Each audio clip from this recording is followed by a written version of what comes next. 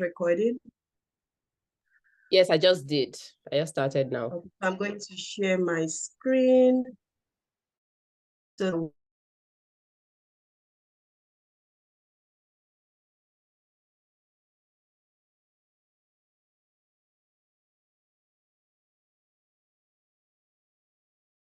me from, and also telling me if you're here for the first time.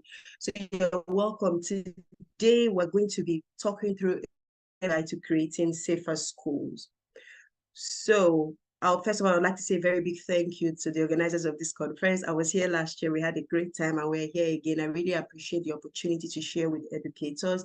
I really love to share with educators because I know that many times you are the first line, aside from parents, in the line of defense to children. And so if you know what to do to a really large extent, the children can be sorted. But if you do not know what to do, you also become a part of the problem when there is an emergency, when there is a crisis. Do you see? So that's very, very important to me. So who am I? My name is Ugochi Obidiegwu. I'm the founder of The Safety Chick. I'm the author of a child safety storybook, The Adventures of Mona. I convene the annual School Safety Summit. We've done it for 5 years annually. I'm also the founder of a foundation where we're trying to really help young people become better versions of themselves. I'm really happy that one of the sessions you've had at this conference is how to, take your brand from where you are to the next level. That's really something I'm big on because I know there are so many opportunities out there, but it's the person who positions for it that gets it. And so that's one of the things we're doing in the foundation, equipping young people to know how to move to the next level. Also, I'm a strategist. So the way my brain is wired is when I hear a problem, I just begin to think, how can it be solved? So from point A to point B, so I'm able to think end to end on how to solve any problem. Just tell me, I'll brood on it. And so that's how I'm able to bring that expertise into safety education. I'm able to solve problems. And then, of course, I'm a TEDx speaker. So what is the safety check? So basically, we work to increase safety consciousness and reduce preventable accidents affecting African children through developing safety education products and programs for both children and educators. Because again, yes, there's a place to training the child, there's a place to training the educators. We also train parents too, but we need all these stakeholders trained. And our vision is to become the most innovative safety education brand for African children by 2030. And we do this by reducing the rates of accidents affecting African children and providing leadership and support.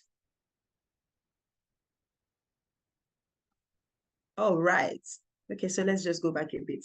So now I know that there's a reason some of you joined this session, and it could be because you have a certain concern about safety, or you've heard some stories in the news about safety or an accident that happened in a school, and so it got you worried. So I want you to begin to share with me in the comment section, what are some of the things that you saw in the news that made you decide that, oh my goodness, what's going on? Maybe I need to learn more. Or, oh my goodness, this is really bad. I have to check my skill and be sure that we don't fall into this trap. So what are some of the news headlines that you've seen or something you saw on social media that really worried you and you decided that, oh, I've got to know a little bit more about safety? So please share with me in the comment section. I will try to be reading it here to see that, to check that we are on the same page. And while you are writing yours, these are some of the headlines that I also found in the course of preparing this. So the first headline that I saw, what I tried to do, there were many headlines. I started to choose across different areas because many times when we talk about safety, some of us think of maybe just road traffic accidents, but there really is more, right? And so the first headline I saw from Punch says, Lagos school bus tumbles, injures children. The Guardian says, worry over mass abductions as schools resume. So we've had road traffic accident. Now there is mass abductions in school. Then Fun Time magazine says a child's death highlights bullying culture in schools. You see, many times when we think about safety, we don't really talk about bullying. The reason bullying has sort of trended a little bit was because a video went viral, because something happened. But should that be the case? That it is until something bad happens before we know that, oh, something is not right or something is a problem? That shouldn't be. And then we have Sahara reporters saying Abuja school where 6-year-old died during swimming lessons. It belonged to, then they mentioned the name of somebody big in society who owned that building that the accident happened in. So from these headlines, you can see that there's a variety of things that are currently going on, many times concurrently, many times we hear some more than others. And so let me just check if some of you have shared your own. Okay. Chi says a child that slumped and died in a school in Lagos. Namdi says a child got electrocuted. Yes, that story. Got electrocuted during their sports festival. Joanna says molestation. Ziba says, oh, I applied a number of the tips from last year's session and it greatly improved the health and safety of children. I said, oh, fantastic. Thank you so much for that amazing feedback. Love says, parents bringing birthday cakes to school and the cake ends up being a poisonous one. My goodness. That's a perspective I haven't even heard. I haven't even heard, but I know that one of the things we talk about is, controls for food. Who is managing the food that is being sold to children on the either around the premises or if in case food is provided in school, how is that managed? So now see, even bringing a gift, could be a problem. And Sophia says, Doen College saga around bullying. Oh, okay. She again, bullying. Adekemi says a preschool child got hospitalized from beating in the school. She says food poisoning. She also says choking while eating. Thank you. Thank you so much. I really love how you are also invested and participating. Thank you so much for sharing all these things. So you are all really welcome. Welcome. You are in the right place. We're going to talk through some of the important things that you need to know. The goal of this session is not to make you a safety professional, right? It's to distill safety knowledge in a simple and practical way that you can run with it. So I want by the time you leave here and you sit down home and you're just thinking, or you even go to your school, you're like, this is a hazard. What are we going to do? So you begin to think proactively. That is what we want. We are tired of reactiveness. It's when something bad has happened. Everybody's running all over the place. No. We don't want that anymore. We don't want that anymore. So people are just, oh my God, that's happened. Oh, what should we do? What should we? No. That's why I really like this quote by Margaret Spellings, and she says, knowing how to respond quickly and efficiently in a crisis is critical to ensuring the safety of our schools and students. The midst of a crisis is not the time to start figuring out who ought to do what. At that moment, everyone involved from top to bottom should know the drill and know each other. So it's not enough to know the drill. You should know each other. You should know, oh, this person is supposed to do this. This person is supposed to do that. See, when a crisis happens, you should just be doing plug and play. You are doing, point step 1, step 2, step 3. Does it mean it will always follow sequentially? No. Sometimes things happen on the spur of the moment that needs you to tweak things. But the point is you even have something you're working with. But many people in a crisis, that's when they're running up and down. They're still trying to figure out, hey, what should we do? No. And that's why you are here. I used to work in aviation, which is where my love for safety actually began before I moved on to other things. One of the things that you learn as a cabin crew is how to handle emergencies. Do you know that we are trained that if an accident happens on a plane, if there is an emergency crash landing or whether it's on water, you are trained to take out all the passengers in 90 seconds. Do you know what 90 seconds is? 90 seconds is 1 minute and 30 seconds. And I know it might seem, oh, that's impossible, but it is possible with training, with plans, with systems. So you're just moving. And I can speak to this because one day actually was actually an emergency on my flight. I've not really said a lot about it in the public domain a lot. I just mentioned it on an IG live a few weeks ago where I was invited to talk about crisis management. But guess what? My friend and I were on the plane. We were serving the passenger. And then the plane just did somehow. We just looked at ourselves. And then the next thing, the mask on the plane dropped. The oxygen mask, it dropped. See, it was as if, when you are watching a film, you press pause. Then when you left and you came back, you press play, everything started. We just looked at each other, Quickly, we moved, we stowed the trolley, we sat down, strapped our seatbelt, we started asking ourselves, okay, so when we land, this is what you do. We were already planning. Then guess what? I just put my head like this into the cabin to look at how are my passengers doing. Do you know some people had not worn their oxygen mask? And I'm like, why do you think we stand in front of you teaching you how to use an oxygen mask when you see it drop? It's not fancy. We're not just there trying to look all nice so that you can look at us. No, it's because it's going to help you. So the reason I'm giving you this example, because I want you to see that because we saw something that happened and we were trained, we took action. It was almost as if somebody just pressed play and we started moving. We did this, we did that, we asked ourselves questions, we settled down. That is what should be happening in your school when any crisis happens. Whether it is molestation, you bring out your procedure. Oh, we're supposed to, this person is supposed to be reported to. This is what maybe the child that is going to be spoken to. This is how to separate the child. This is how to ensure that there is no witness interference. This is how to communicate with the parent. This is, you begin to move. That's not the time to be scratching your head. Hey, what do we do? What do we do? Time is going, and you know how it is. When it gets on social media, your name first, it goes viral. So, what is a safe school? A safe school is a learning environment that promotes the protection of learners, staff, and visitors. Yeah, my visitors, yes. If a visitor comes to your school, slums and dies there, the story that will go is so-and-so person was at your school's name will be part of the headline because that's what makes it news. So as long as anybody is passing through your premises, walking through whatever, you've got to ensure that it is a safe space. And how do you do this? Through training, systems, and processes. Training, systems, and processes to ensure that all of these people are safe. And this is my own definition based on what I have seen, working and training and all of that.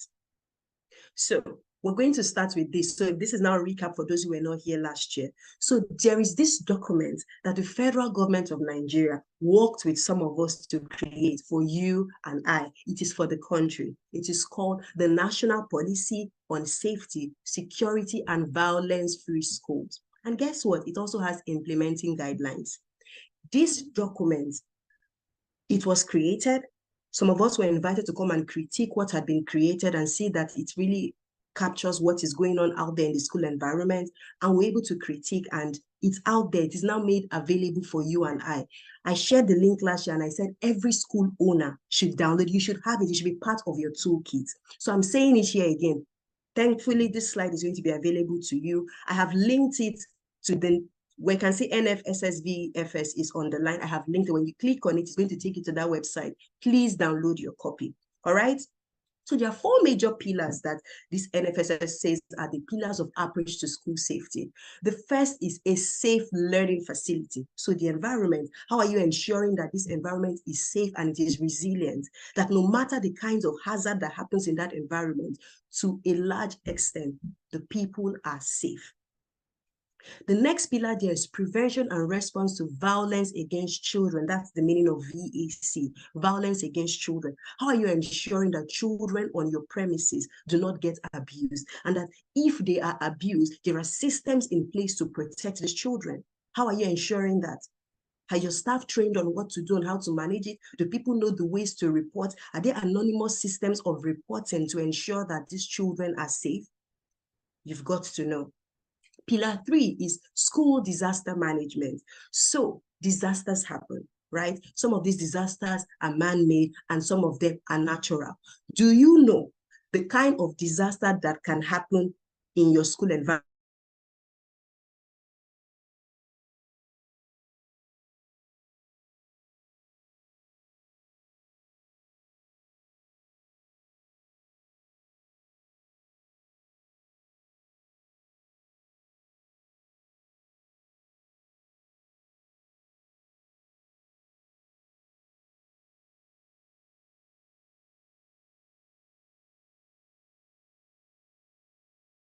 Nigeria did this for you. Nigeria did this for you. They paid money. They paid money to, to get the professionals involved and get their expertise and all of that. So it's ready and it's available for free for you. Then pillar 4, risk and resilience education. How are you training, equipping people on how to ensure that these things are managed? So that's the first document that all of you should have in your toolkit. We talked about it last year. The next document is the minimum standard for safe schools. So now this is like telling you all what we have said in the policy. This is how you can make it happen in your own school. So you can see that Nigeria has actually done, the federal government has really tried, by creating these things. But we have a responsibility to use what has been created. If you just leave it as, oh, it's a document online, or it's a PDF I just have in my Google Drive, it's not serving anybody. It's not serving everybody. Even the federal government is currently now having these sessions where they're breaking down, going into different locations and training so people are aware. And that's why I'm advocating for it, because I know I was a part of the process. And so I want you to also know you've got to have this in your toolkit, okay? So again, in this minimum standard for safe schools, there is an approach called the Safe Schools Common Approach. I've also linked it. That's why this the topic is underlined. I've linked it for you. So when you get this PowerPoint, it's going to come as a PDF. You just click on it and it should take you there. Okay, so there are like five major components of the Safe Schools Common Approach. The first is, again, violence against children. It's so important because Nigeria is part of the signed as part of the countries that is upholding this. So it's so important that there is no violence in schools against children. And then also, how are you going to be managing natural hazards? Also, how are you managing conflict? So maybe your school is in in part of the country where there is some insurgency. What are you doing? Because when education is under attack, then everyday hazards, the trips and falls, the wiring, all those other little things that are around the environment. And then, of course, a safe school infrastructure, the built environment. One of the things that I really love about this particular document is that there are forms behind, there are checklists behind, and then it asks you certain questions, and then you can say yes or no, yes or no. So you can even assess yourself and see what you have. You see what you don't have, and then you begin to make plans. Okay, how can I have this thing? And then for some of you, as you begin to mark, you might see that what you have, maybe it's not up to the standard that is required as a minimum standard. And so you begin to think, how can I upgrade what we currently have? So that's one of the advantages of this document. Those checklists, there are forms behind. You're able to answer the question. And again, answer honestly. I'm not coming to mark it well, except maybe you invite me to come and inspect your school or something. But you should do that honest assessment of yourself. And then based on what you find, engage safety professionals to help you ensure that your school is really as it should be. Okay, so I hope those that were not here last year have been able to bring you up to speed on what's going on. Okay, so please, you didn't get the document. No, you're not going to get the document now until I'm done. The instruction is for the slides to get to you after we're done. Otherwise, you'll be flipping at it and you won't listen.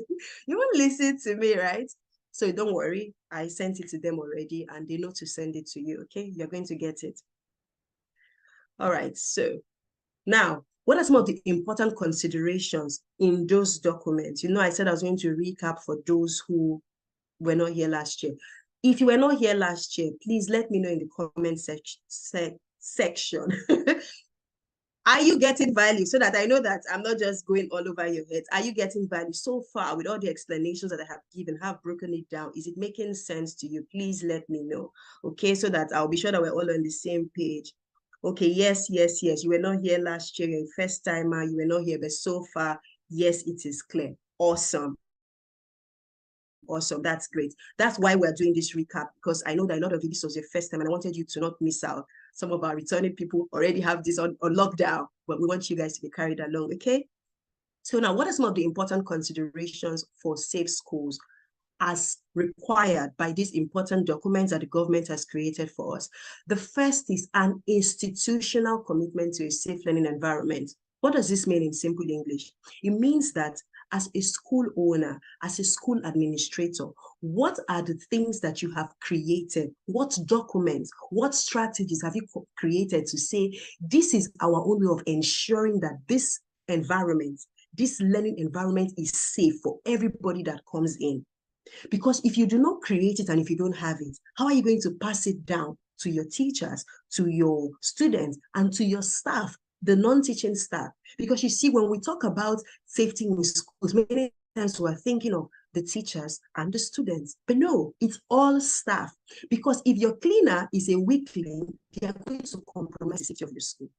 If your driver is a weakling, he is not aware that you have the policy of how the school, how the school bus should drive, how to ensure that maybe no child is left unattended in the bus, how to ensure that we don't only have a driver in the bus, there is another staff who is also like the childminder and observing what is going on.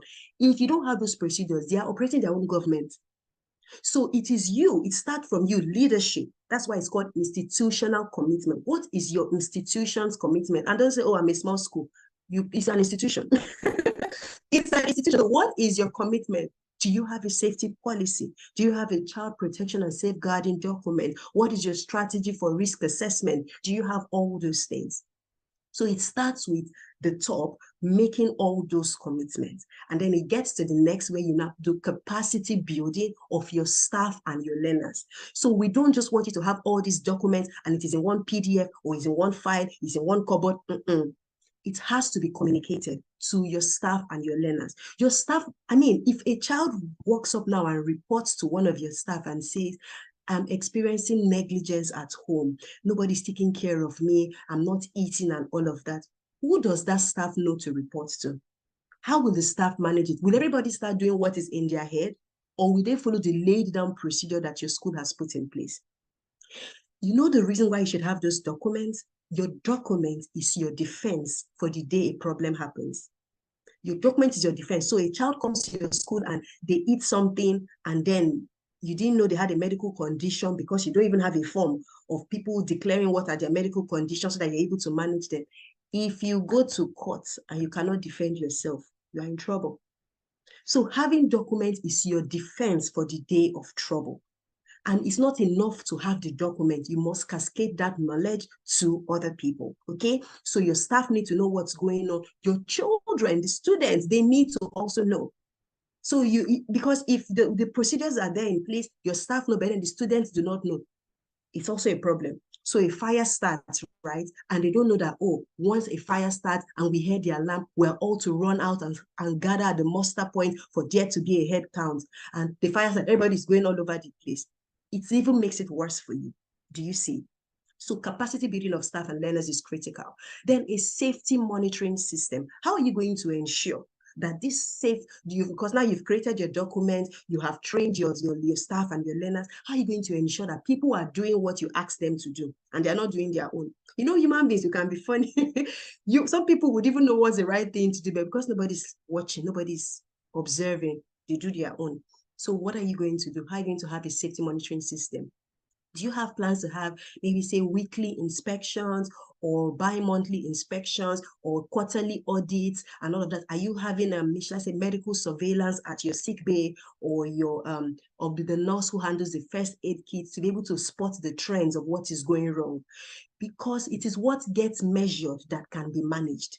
If you don't even know that over the past 3 months, students have been falling down on the playground and getting bruises, you can't tackle it and say, please, why are they falling down? 3 months of falling down, please, what's going on there?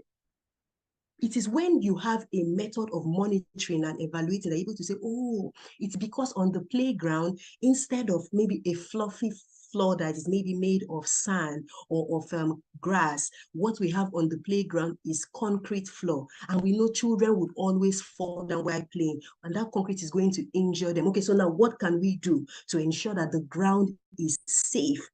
So that even when they fall, they're not getting any bruises. Do you see? Because you had a system of monitoring, you're able to track what is going wrong and you're able to nip it in the bud before it becomes even more dangerous. So how many people are having inspections at their school regularly? How many of you? When was the last time there was a school audit to know how you're doing in terms of safety? Then the next is preventing violence against children. You've got to ensure, I'm looking at my time to ensure that we're still on track. So we've got to ensure that you have a system to protect your children against violence. So when bullying happens, who are they reporting to?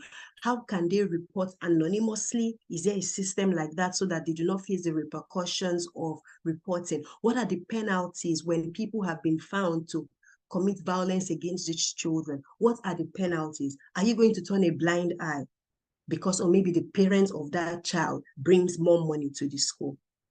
We don't do that here. All children are important because nobody sends their child to school to die or to get injured. They only send them to come and learn.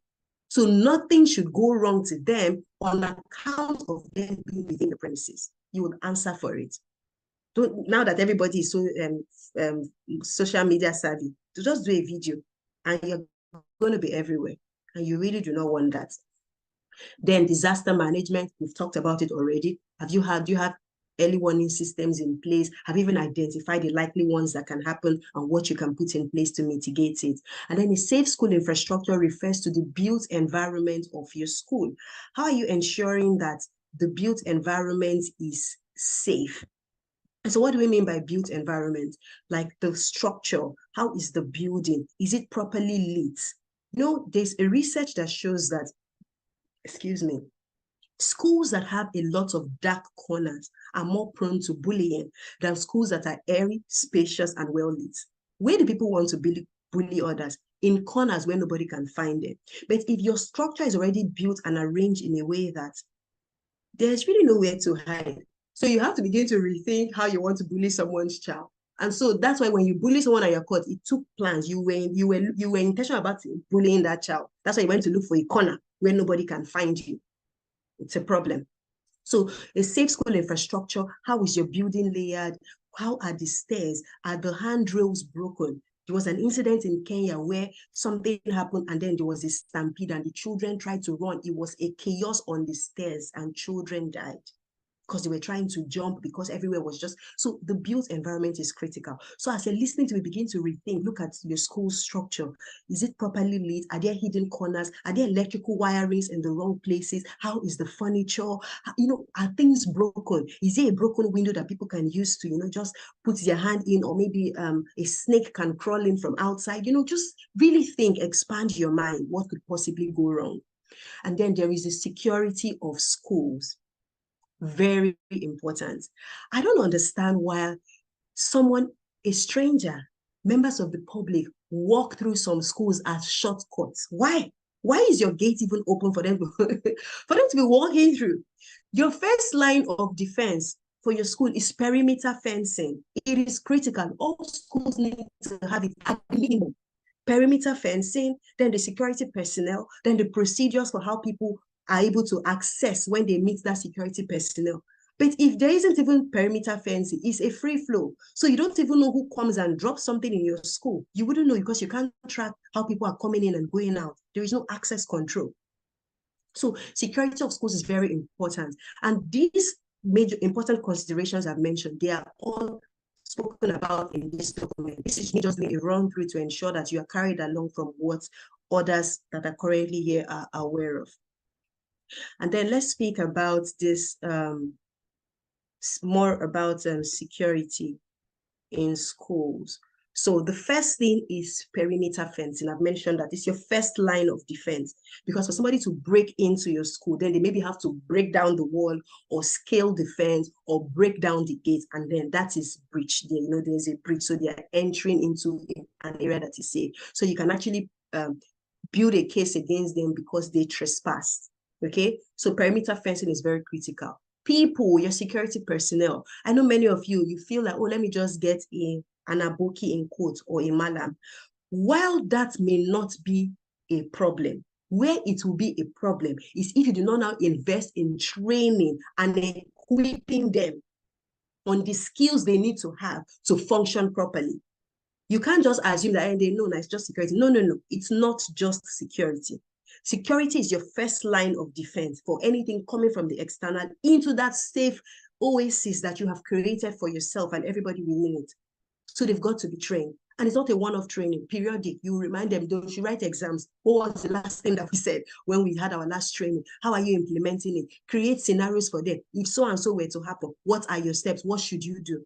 Have those things. Processes, standard operating procedure. If you are saying that before anybody comes to pick children in school, they have to be the approved parents or staff that is supposed to pick, is it written anywhere? When that child was admitted, was there a document saying the day you send a new person to pick your child, you must inform us ahead, send a picture and the name of the person so that when they come, we can identify them?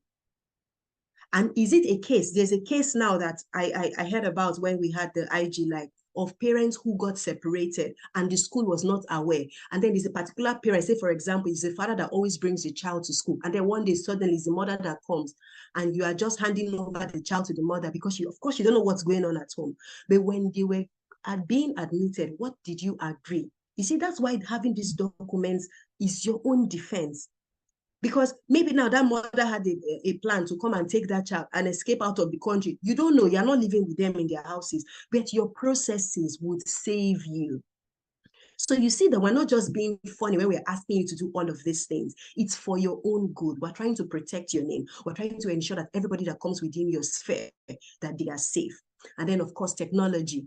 How are you going to leverage technology? Because, for example, let's say you have your security personnel at the gate, you have them at maybe other points in the school, but maybe there are areas where you don't have anybody that monitors. How are you going to leverage technology to make that happen for you?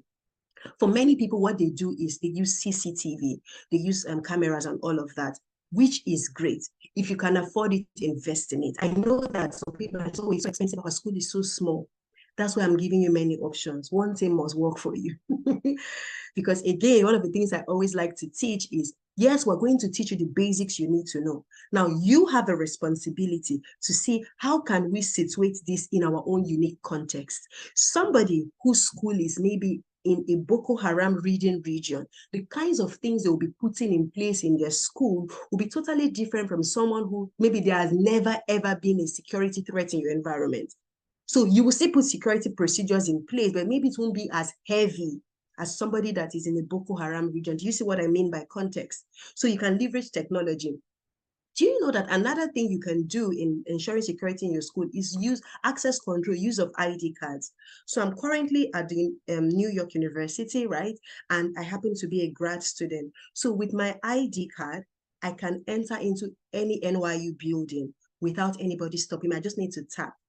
Also, I work at the Office of Global Inclusion, right? And my office is at a certain place. Not every student has access to that building. So for example, when I started working there, they had to inform security, campus security, that I am now a staff, and they activated my ID to be able to come in. What are they doing? Access control. So now my office is on the second floor, right? And I'm there, and then somebody rings the bell from downstairs. There is a mirror, there's a video on that telephone, and I can look and say, okay, hello, who are you? Who are you coming to see? I can ask questions before I open the door for them to come in. Access control. So you can begin to see that there's a way you can use ID cards as a means of saying who can enter certain places and who cannot. And that's why it's also great if you have a principle in place to say all staff must always wear their ID when on their premises. And then there are restricted places that only staff with ID can enter. So your staff brings their friend has no business because there is a sign on that door that says only staff with ID. So when we're saying technology, right? Technology is not only gadgets. Even something as simple as a sticker pasted on a door that is saying no access or restricted access or access only with staff ID is also important. Do you see? So one of the things that I really want everybody to leave here with is knowing how to do basic risk assessment. You will still need safety professionals to help you, but I just still want you to have this knowledge so that as you go out this school year, as you're beginning to prepare to bring in students in September, you are really looking at the things that are important. There are 5 steps in risk assessment. The first one is identify the hazard. What is a hazard? A hazard is anything with the potential to cause harm. Please say something to me in the comment section again. Let me be sure that we're still together. Okay. All right, I can see you. Okay, all right, good.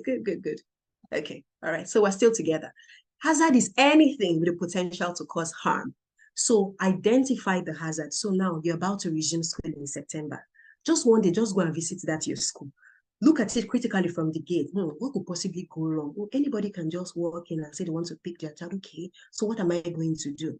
Okay, then you come in and then you say, we don't have water, we don't have running water. So how are children going to wash their hands maybe when they are done playing or when they are done using the toilet? Because, you know, that's part of a safe school environment, making sure that there are wash facilities. So what are we going to do to ensure that there is water?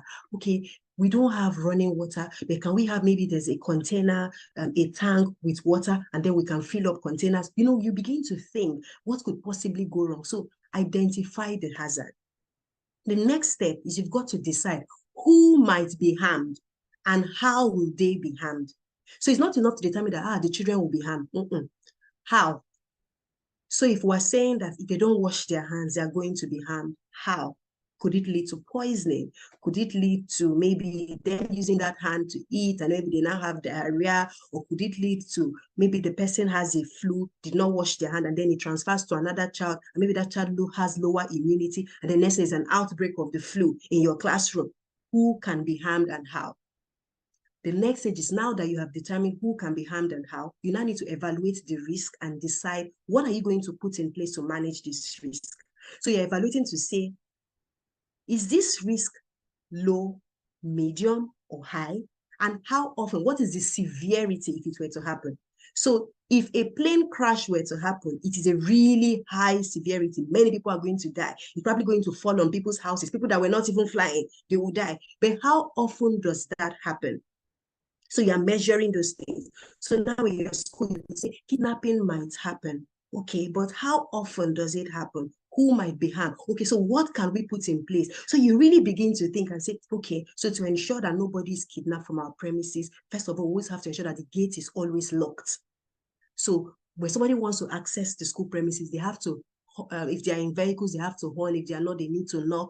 And then the security personnel comes to ask them, okay, who are you looking for? What do you want? And then maybe they fill out the visitor's form. Then we put them first in the visitor area, and then we get clarity before they move to, do you see? So you are evaluating that, okay, this is what can go wrong. Okay, this is what I can put in place. And then when you're putting precautions, you could put like from something minimal to total. So because one of the things we try to do in safety is called something called hierarchy of controls. There's a level where you're trying to totally eliminate the risk. So you don't want anybody to ever fall down in your school. Can you totally eliminate children from falling down? No. But can you reduce the gravity of injury that can happen if they fall down? Yes. So you can see what we're doing here. So you're evaluating and then you're deciding how this can be managed. And then the next is stage 4 is you record your findings. The reason you're recording your findings is at that stage 3 where you're evaluating and bringing out plans and you're thinking outside the box, you're brainstorming, many ideas will come. Now, maybe you choose 1 or 2 to implement, record the findings. Now, in stage 5, you monitor and you review. So did this point 1 and 2 or option 1 and 2, did it work? Okay, say, this option 1, it works, but it did not really work well. Option 2 tried, but there's room for improvement. Okay, let's check. What did we write in option 3? And then you go back to those findings and say, okay, so let's try this. That is why you should record. Don't just have verbal conversations and then it's all over. No, things should be recorded because it helps you to tweak, rearrange, and readjust as the case may be. Everybody, I want you to begin to think like this. Begin to think like a safety professional. Begin to think of what could possibly go wrong. What can we put in place? And then crisis. So now, let's say you have done all the planning. You've ensured that your risk assessment is in place, but something might still go wrong. Something might still go. So what are you going to do? There are 4 stages in crisis management. There is mitigation, where you're putting all the plans to ensure that nothing happens, right? Then there is preparedness, while you're saying, even though we are putting all the structures in place so that nothing would happen, if something were to happen, this is what my staff would do. This is what my students would do. My staff knows that they are going to call so-and-so agency in our state that is going to consult. For example, they have the number of the fire service because it is written, so they know who to call. Do you see? That's preparedness. And then there is response. So now we're in the crisis situation. Everybody's responding, following the procedures. We're doing what we're supposed to do. And then there is recovery, where you're not trying to restore the environment to how it was before the crisis even happened. So what are the principles to ensure that you can do that crisis management effectively? The first is committed leadership. You cannot give what you don't have. If you are at the top, you have not even planned on how things can be cascaded down. How do you want to help the teachers? How do you want to help the students? Do they even know what they're supposed to do? No. Adequate risk assessment. I've just taught you that now. And I want all of you to begin to think that way on how you can manage your risk. Then active channels of communication. You must You must communicate. Many times when you see on social media, parents are complaining, it's because nobody said anything to them in a timely manner. So it happened today, they are talking to me next week. No, in that moment, they need to know what's going on, how to help themselves, they need to know. So communication is really critical. Then training and drills. You've got to train your staff.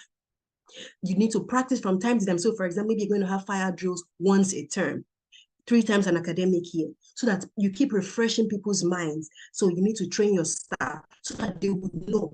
And then you practice with your kids. Oh, if a fire alarm goes, everybody has to run out to the muster point. Where is the muster point? So when you get there, what do? We all stay together. There has to be a head count first, and then our teachers will tell us what to do.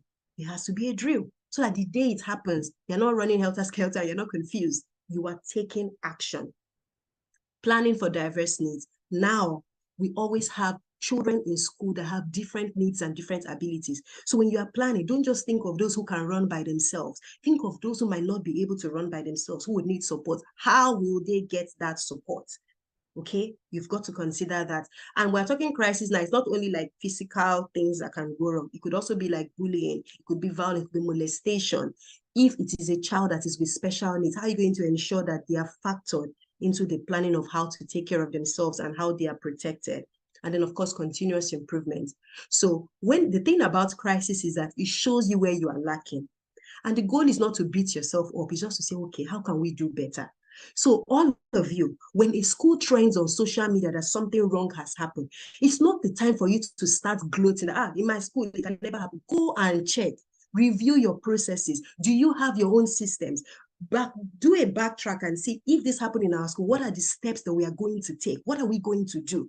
You've got to know, and you have to keep on refining, continuing improving, because nobody ever really gets there. We all keep on growing and improving on what we have. Okay? And then get support, engage safety professionals. I'm sure that as I've said some things today, you probably have never thought about it that way. That is why you need safety professionals, because they're going to open your mind to an angle where you haven't seen things from before. So engage safety professionals. And so the next challenge, people are going to say, oh, it's so expensive. This is what I suggested at the last IG Live I had, cost sharing. If you have certain schools within a certain area and you can see that the cost of bringing a safety professional might be too much for one school to carry, and you are all small schools, how about you work together, create a synergy, and approach this safety professional and say, okay, we can't afford it, but this is what we want. We want to work together. So maybe the day you are coming for an audit, you would audit our own schools together, and maybe the day you're coming for training, you train our staff together so that it reduces the cost. That's a way to go about it. So don't just first of all think it's impossible. If you think safety is expensive, do you want to check out the cost of the fallout of an accident or the crisis? It's way too high. It's way too high. And then continuous learning and personal development. Your staff's got to learn, your students got to learn, administrators, school owners, you've got to learn. And that's why big shout out to all of you who chose to be in this breakout room. And shout out to those who were here last year who implemented, and that's the reason they came back today, because they know that this is critical and this is important. So you've got to keep on learning. And so I have a program for you if you are interested. It's called the Safety Education Program for Schools. So what we are looking to do is, over the next academic year, we want to work with some schools, and it's going to feature safety education resources. We're going to provide education resources that you're going to use to train your students. And then once a term, we're going to train your staff on what they need to know about safety. And we're also going to train you on how to implement the safety education program in your school. Again, this has been linked so that you'll be able to sign up. Now, why should you be a part of this safety education program? So I'll be in Australia in a few months. I've been invited to come and share on the findings of this, my research, what I have found out about creating safety education programs and implementing it in schools. The hypothesis is that, this is one of my slides for that presentation. So I'll be in Australia for that. It's the World Safety Congress. I spoke in 2021. I'm going back again this year to speak with safety professionals from across the world.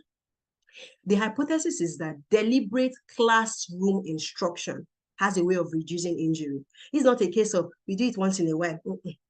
Deliberate.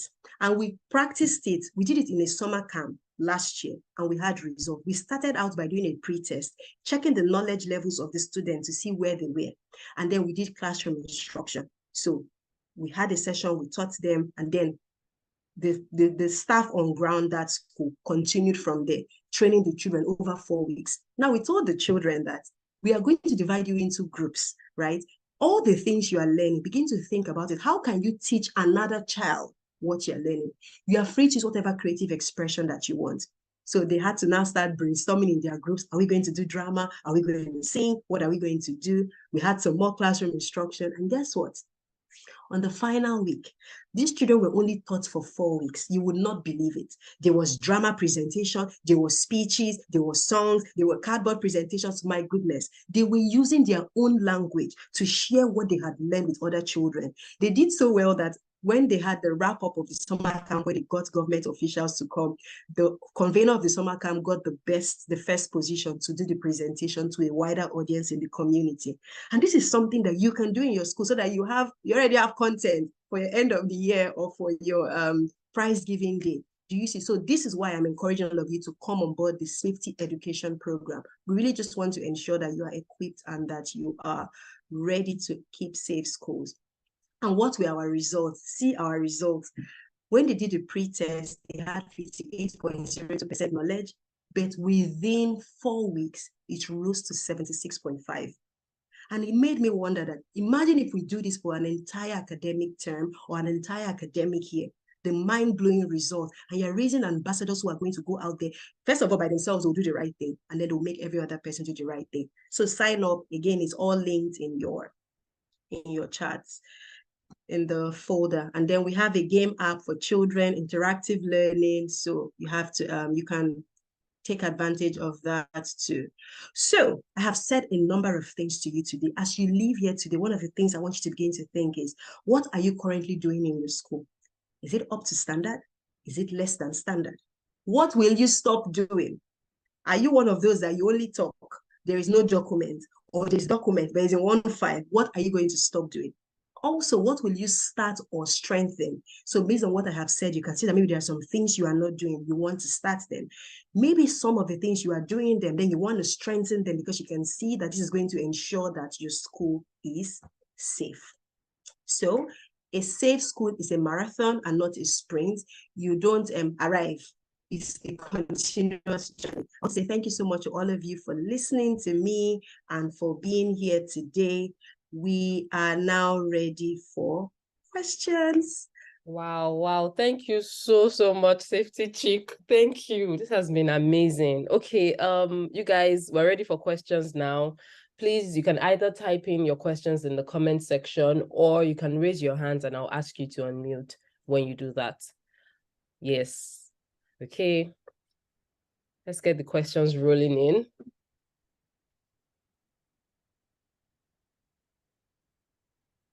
It seems most people are blown away, actually. Everybody's feeling blown. Yeah, so much work to do. Yes, we just need to implement. Okay, we have a question from Nnamdi Benedict. Please unmute. You may unmute now.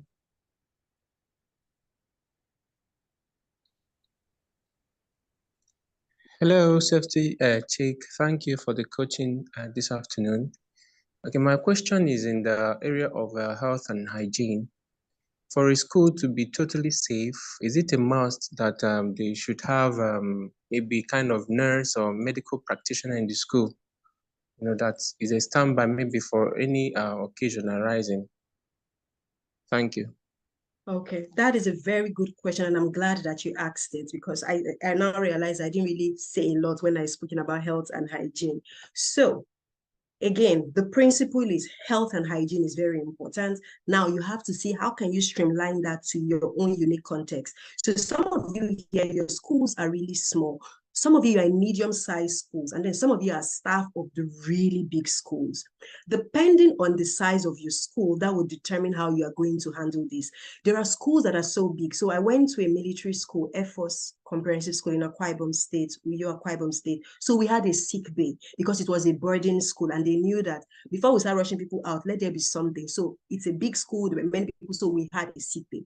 Now, if a school is maybe you're just a one-story building and you have maybe a population of just 50, or yeah, let's just say of 50, right? You do not need a full-blown sick bay. What you need is a working first aid box that is well packed, and a nurse that is assigned to that first aid box to ensure that as things are going out, they are being replenished and there is a record. And then what you need is a relationship with a health facility around your school that knows that we have a first aid kit at home, at school, and a nurse. However, when things escalate beyond that point, we are going to be bringing our students. Then you go have a conversation with them, have a plan with them, so that they know that, oh, we have so-and-so school on retainer, so that if something goes on, we can work with them. Now, somebody might say again, that's too expensive, cost sharing. Schools must begin to see themselves as collaborators and not competitors. School owners work together. Maybe a group of 5 schools in an area. Go and meet the hospital and say, we don't have money, we are small. What plan can you give us that covers our 5 schools to ensure that we are able to protect our children? When what goes wrong beyond first aid kits happens, we can come and we know that your staff would attend to us. We don't want a case where we bring a child to the hospital and say, no, not here, go there. In an emergency, time and knowledge is critical. If you have the time and you don't have the knowledge of what to do, problem. If you have knowledge but there is no time, it's also a problem. So you need to act fast. So that's why you should build the relationships before the problem happens. So based on your school size, that will determine how you are going to curate your own solution for this. Yes. So I hope that answers your question, Namdi. Yes, thank you. Thank you so much. This has been, it's a mind shift, and I'm sure everybody feels the same. Please, we still have more time to take more questions. Please send in the questions. Thank you. Or raise your hand, really. Okay. I can see Glory, you sang saying ASTSU. Yes, I was a pioneer student of that school, first assistant head girl for 5 years. so yes. Awesome. Yes, thank you so much. I'm seeing all the comments. Thank you so much for the amazing feedback in the comment section. I really appreciate it. If somebody can help me take a picture of this comment section, please help me get the feedback. And please give me feedback so we can share on social media. Please, this is how we get social proof to say that we are doing what we say we are doing. I know that Mrs. KK is already sold on me because she knows what we are doing, but then we need to share the good news. Don't learn and keep it to yourself. In fact, all of you have an assignment. Now, this is not even feedback for me for social media. I always like to teach that when you learn something in any of my sessions, right, go and teach somebody else. There are people that may never be a part of this, or they may never meet me in their life, and that is fine. But if they meet you, they should learn something from you. So you be an ambassador. Take 1 or 2 things you learned today, share it on your WhatsApp status. You don't even have to quote me. Just teach somebody else. I really don't care because God knows how he sorts me out, right? But go and teach somebody. Share on your WhatsApp status. Share in the WhatsApp groups you belong to of educators or parents. Say, oh, I learned this today. This is going to be beneficial. Implement it. Share on your social media. You don't have to tag me. If you tag me, fine. But if you don't, it's also fine. What we just really want is for more people to know. Because the more people get empowered, the more we reduce all these unintentional injuries. That is currently the leading cause of death in children below 14. So please share what you are learning. There's a question here that says, is it appropriate for teachers to administer drugs to pupils in school? Is that teacher a trained medical professional? If that teacher is not a trained medical professional or is not the nurse, then that teacher is not supposed to be administering. And the reason is this. You see, this is why you should have procedures. If that child has a medical condition that the teacher is not aware of. Now, this teacher is administering a drug based on what has worked for them, or what worked for their family member, or what worked for their child, or what their mother did to them. That is not in the procedure of your school. If something goes wrong to that child, first of all, it's your school that will go on the line. Your name is going to go out there first. Then before investigation happens, and then that teacher is singled out, and then there's some penalties involved. But you really don't even want to be making those mistakes. You are not a medical professional. So why are you administering? That it worked for you does not mean it might work for another person, most especially because many people are moving around with health conditions that you are not aware of. So you now give them something that is counterintuitive to what they are currently going through. It's a problem, and you really do not want that. Okay? Any other questions, comments before we call it a day? Yes, please remember you can raise your hand to ask questions. or just type it in the comment section. Anyone is fine. Okay, so Funsha says the drug is from home with instructions from the parents. Okay, thank you for adding more clarity to that. So does your school have a procedure, a document that was signed that says, oh, our child, when this child was being admitted, these are the health conditions, parent has agreed to make sure they support the child and all of that. And that we're only complying with that instruction of now giving the child the medication that the parent has provided, so that it is seen that all you are doing is you are only following instructions from the parent in compliance with your existing safety procedure. Do you see? Because the thing is, you can be doing it right until something goes wrong, and then they're looking for who was the last person that was in touch with that child, and then your name is there, and then you see how it's become a problem. So you have to be very careful. You have to be very careful. Things like these are really sensitive. So yes, it's coming with instruction. That is even fantastic. But then what is your underlying school's instructions on medicals and health of children? We need to know what that is so that you are not making a mistake. Okay? The drug is from home. Cheers. So what if the parent gives you as a teacher to give to their child? That's still what I was just responding to. William says, in my school, parents register any medication with the school nurse. Fantastic. You see, because they are just trying to remove liability. Let it go to that prescribed staff who is responsible for that. And you telling me now that it's given to the teacher is letting me know that maybe there is no nurse on ground in your school, or there's no medical professional assigned that task. So every school has to have somebody. Give me a second. So every school has to have a personnel that is responsible for those kinds of things. Yes. Yes. Yes, Okay. yes.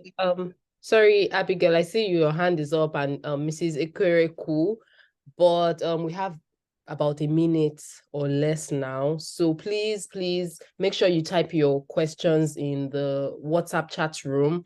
Definitely it will be attended to. Thank you so much. Thank you very much, Safety Chick. This has been amazing. It's been an amazing session. Thank you. Welcome. Thank you so much for inviting me. I was really glad to be here, and I'm glad that this was really helpful to everyone. I'm happy to have further conversations with you all. Thank you. Yes, guys, let's use the rest of the 20-something seconds for thank yous. Yes, please send the thank yous, because this has been amazing. It has been so eye-opening and mind-shifting.